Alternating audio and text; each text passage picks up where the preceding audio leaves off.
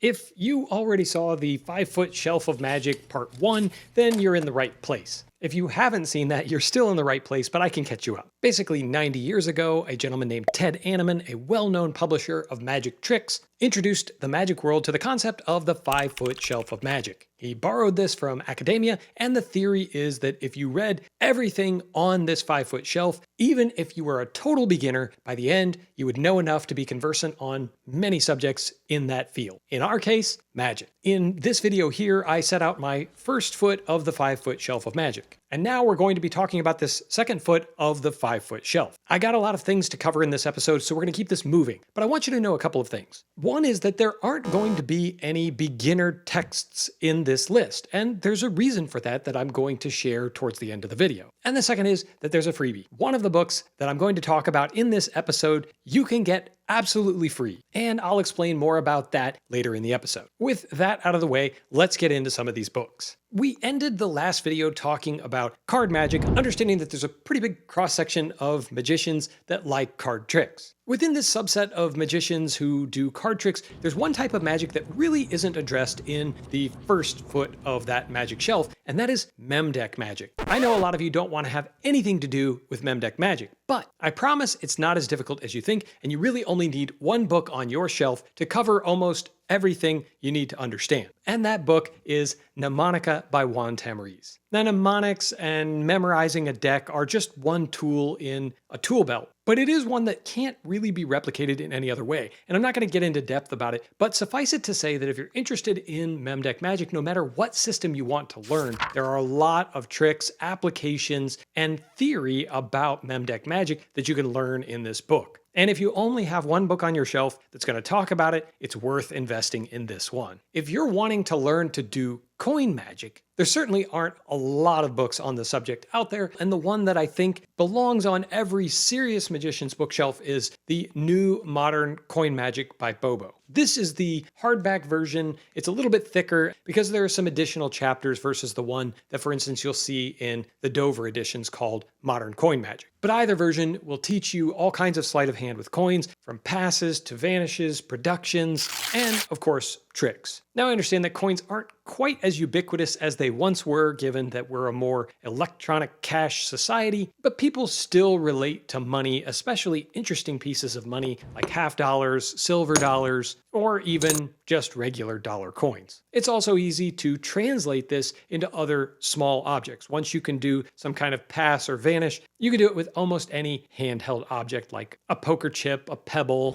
Hey, I've even managed to vanish a coffee creamer using a retention of vision vanish. Now, of course, that Tarbell series that I already referred to touches on mentalism as well, but if you're really serious about fooling people with tricks of the mind, then you need the 13 Steps to Mentalism on your shelf. This was a series of smaller books or booklets that was compiled into one major volume here, and it's somewhat encyclopedic in nature. Each of the 13 steps covers a different facet of mentalism. Things like mentalism with cards, using a Swami gimmick, a two-person code act, working with blindfolds, working with small pieces of paper called billets. You get the idea. He gives you a broad overview of the topic and then dives right in to show you the different methods, tools, and tricks that you can perform for audiences who want to see some of this magic of the mind. But shifting gears slightly, what good is all of this sleight of hand or even sleight of mind if you don't understand the theory that goes behind effective presentations? Which is why my next recommendation is something that I think everyone should read. You don't have to agree with it, but I think you should read it and at least be able to discuss what it says. The quintessential classic on magic theory, Darwin Ortiz' Strong Magic. It's certainly not the only book in the theory category, but so many people, it's caused them to really evaluate what kind of thought and process is going into their magic. What's the theory behind fooling someone and entertaining them in the process? In his writing, he's contemplating facets such as your character, your overall theme of your magic set, both in terms of the unity of your props and what's your presentational viewpoint. What should we be striving for in the effect? As I say, it won't be long before you'll be thinking about these kinds of things and looking for ways to improve your magic through application of theory. Speaking of theory, what good are any of these tricks, any of these sleights, any of the theory without an effective presentation. My next recommendation is actually 2 books, and I think will elevate your magic to the next level, regardless of where you perform or what type of magic you perform. These are the Scripting Magic volumes by Pete McCabe. Pete was a Hollywood writer turned school teacher, and in these 2 books, he's giving you a dissertation on why you should script all of your magic. And he holds your hand through the process by not only giving you the tools, but also giving you a ton of examples where you will learn not only how to do magic tricks, but some killer presentations that go with them from dozens and dozens and dozens of performers that you know and love. They're all giving you some of their best presentations, and then Pete's breaking down why it works and what you can learn from it. He gives you effective exercises as well as some essays to challenge your thoughts on scripting and make it as easy as possible to get into that process. We all love watching performers with effective scripts that draw us in and engage us in some magical storytelling. So if you want that to be you, you should invest in these books. Now that I'm talking about scripting magic, it's probably a good time to tell you that while these books might be out of print for right now, I work for Vanishing Ink, their publisher, and I know from some inside information they will be back in print very shortly, which is why I'm comfortable including them on this list. However, maybe you're watching this video in the future and some of these books aren't around anymore. If you're looking for some of these books and you can't find them, shop with the sponsor of this week's video, Don's Magic and Books. Don is a primarily magic book dealer based out of Minnesota, and he often carries some books that are hard to find, out of print, or just plain rare. He also carries a lot of new books, so you're sure to find something that you're looking for by shopping at his website. I will drop a link down in the description below so that you can check it out. He offers fast and free shipping if you meet minimum thresholds in the United States, and he's just such a great guy to do business with. I promise that once you start with him, you won't look back. You will become a lifelong customer like so many other erudite magicians. I don't know what you're waiting for. Check out his website this week and shop with Don's Magic and Books. As we get back into this, don't forget, at the end of this, I'm going to explain why I don't necessarily recommend beginner books to go on this 5-foot shelf of magic, but let's continue with this second foot for right now. I have 2 more book recommendations for you in this second foot of magic. Maximum Entertainment by Ken Weber is an excellent book for anyone who's looking to elevate their show. You can get the old version, but you can also pick up his version 2.0, which has been updated with some of his more recent thoughts, examples, and even some technology. The premise of the book is to help you become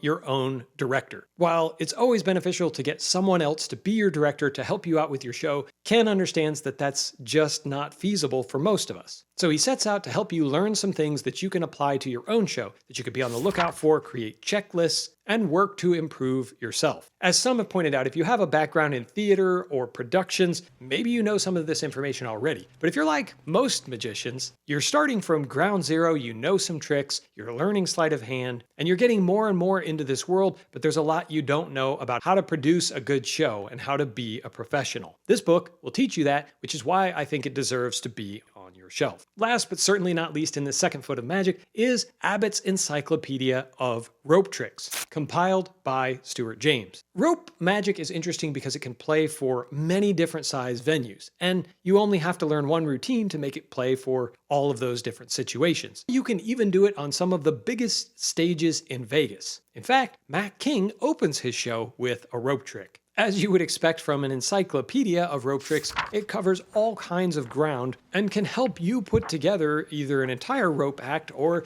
just a piece that you need to fill out your show. Now here's the cool part. This one is primarily available as a Dover edition paperback, but you can get this one absolutely free. That's right, I publish a newsletter called the Erudite Magic Digest weekly, and if you subscribe via the link down in the description below, I will send you a link so that you can download the PDF of this book absolutely free. So if you don't already have it on your shelf, you can add it to your digital library and it can become part of your 5-foot shelf of magic. Now back to what I was talking about at the beginning in reference to beginner books. There were a lot of comments on the first foot of my 5-foot shelf of magic where people were recommending beginner texts like Mark Wilson's Complete Course in Magic, Now You See It, Now You Don't by Bill Tarr, and all of those are excellent books. But I don't think they actually fit the criteria for what we're looking for on the 5-foot shelf of magic, and here's why. The 5-foot shelf of magic is a studious endeavor. This is for the magician who aspires to be great, who really wants to get into magic. Those texts make great one and done or even beginner books so that you can get your feet wet. But I think they're just a little too broad to be fully effective in taking someone from being a beginner all the way to the expert. You may disagree, and if so, I want to hear from you down below. If you've watched this far, thank you. I know you are a serious erudite magician like the folks in this list here. And for that reason, I think you'll probably enjoy watching this video over here. As always, my friend, thank you for watching, and until next time, keep reading.